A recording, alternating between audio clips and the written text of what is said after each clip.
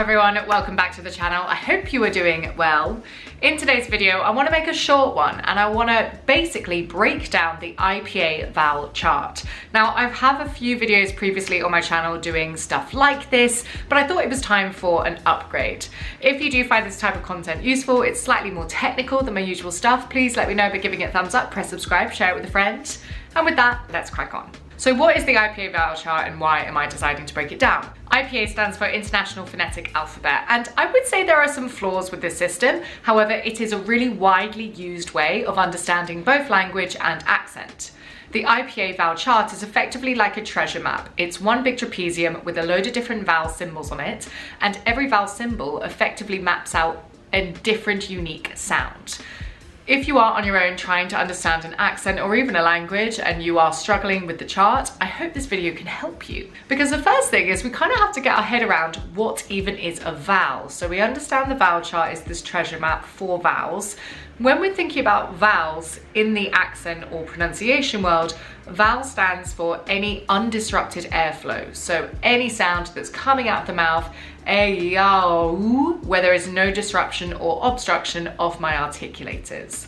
So it could be that my tongue is quite close to the top of the mouth or quite low, or my lips are wide or rounded, but they're not actually obstructing airflow like a p, t, sh sound would be. That would be a consonant. So let's have a closer look. So when you look at the chart, you can see all of these symbols around it. Like I said, each symbol stands for a different unique vowel sound. From sounds like R to E, you can imagine the vowel chart as being like shape of the inside of the mouth.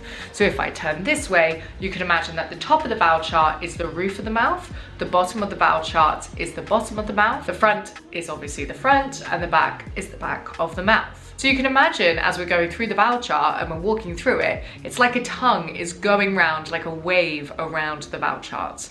And that's going to be a really important thing to help you try to walk through and really embody the sounds we're going to look at. So as well as thinking about the tongue moving around this chart, you'll see that a lot of these symbols come in pairs. If they are in pairs, the left symbol usually indicates that the lips are in a spread position, and on the right, the lips usually mean that they are in a rounded position. So when we're trying to analyze what these sounds are, we're looking at both the tongue positioning and the lip positioning. So how do we know where the tongue is? So the very top of the chart, it's close, which means the tongue is close to the roof of the mouth. So you can literally feel bringing your tongue upwards. And if I spread my lips in this position, E. Whereas if I bring my tongue backwards and I start to round my lips, E. You hear a sound like that. Whereas at the very bottom of the chart, you'll have open, which means that the tongue is in an open position and there's an open space between the blade of my tongue and the roof of the mouth. If I go from the front to the back again, spreading the lips, lips spread, tongue forward and open, ah, ah, ah. And then to the very back where we're bringing the tongue backwards, rounding the lips, keeping it open, ow. So if I was to go round the chart and I was going to go from that top left to bottom left to back right to top right position, it might sound something like this.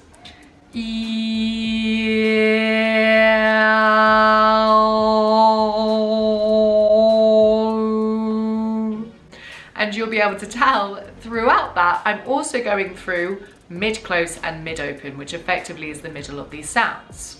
Now, straight bang in the middle of this chart is something called the schwa sound, which is effectively where everything is centered. The lips are neither rounded nor spread. The tongue is in the center position of the mouth because it's in the center position of that wave. So we have the schwa and we have the cardinal vowel sounds, or the outside part of that chart. We're looking at the tongue and the lips. So let's go into a little bit more detail. Let's say you were trying to figure out the difference between a Northern English bath and a Southern English bar sound. What I'm going to do is I'm going to isolate the vowel sound. Remember, the vowel sound is the unobstructed part of the word, so it would be R and A. For R, I can feel that my tongue is quite far back and it's like it's cupping backwards. It's like I could hold a pool of water or a blueberry in the cup.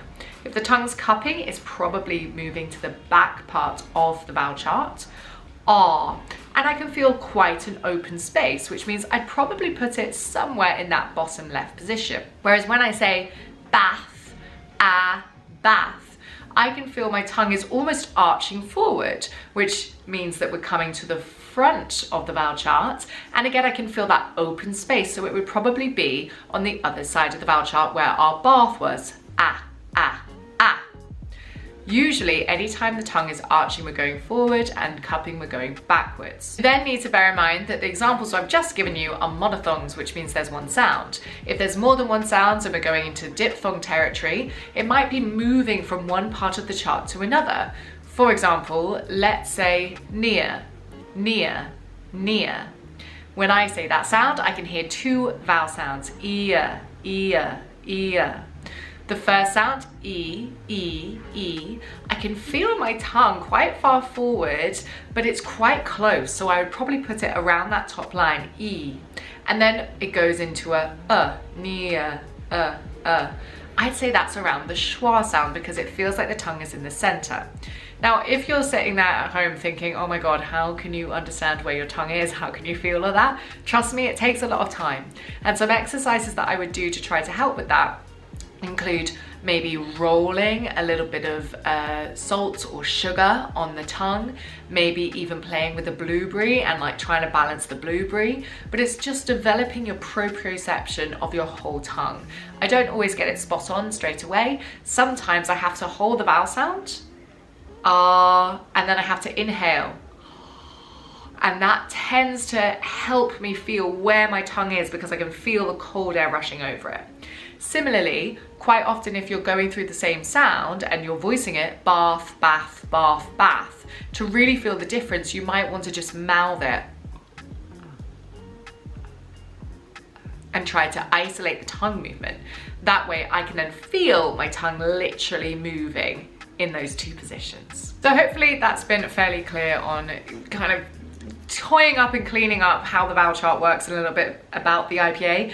As I said, there are some mistakes in the IPA and you can see these symbols and you can go onto Wikipedia and literally listen to these symbols as they are. But remember, as I've demonstrated, these symbols can move around and accents are so much more fluid than these really sticking points. See these as some sort of target rather than the be all and end all when trying to find an accent. Allowing that flexibility and wiggle room will make sure that when you are developing an accent, then it will be coming from your whole body. If you do have any questions about today's video, please let me know by leaving a comment down below. Thank you so much for tuning in, and let me know if you want to see anything more like this, or the technical stuff. It's good for me to get my noggin working in this way as well. Have a brilliant week, and I'll see you next time. Bye.